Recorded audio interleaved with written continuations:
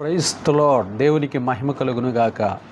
దేవుని మాట గురించిన మర్మాన్ని ఒకసారి మనం తెలుసుకుందాం. ద్వితీయోపదేశకాండం 8వ అధ్యాయం 3వ వచనం, ఆహారము వలననే గాక యెహోవా సెలవిచ్చిన ప్రతి మాట వలన నరులు బ్రతుకుదురు. దేవునికి మహిమ కలుగును గాక. చాలామంది ఆహారము ఉదయకాలము, మధ్యాహ్న కాలం, సాయంత్రం ఇలాగ ఆహారం మీద ధ్యాస పెట్టి ఆహారమును వండుకుంటూ ఆహారమే వారి కడుపే వారి దేవుడిగా జీవిస్తూ చాలామంది బ్రతుకుతూ ఉంటారు.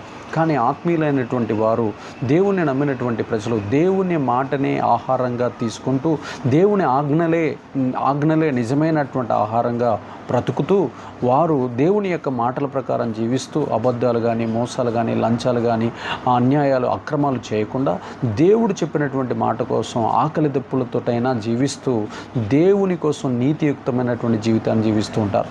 అందువలనే ఆహారం వలన కాక దేవుని మాట వలన జీవించవచ్చు అని ఈ వాక్యం తెలియజేస్తుంది. ఆమేన్.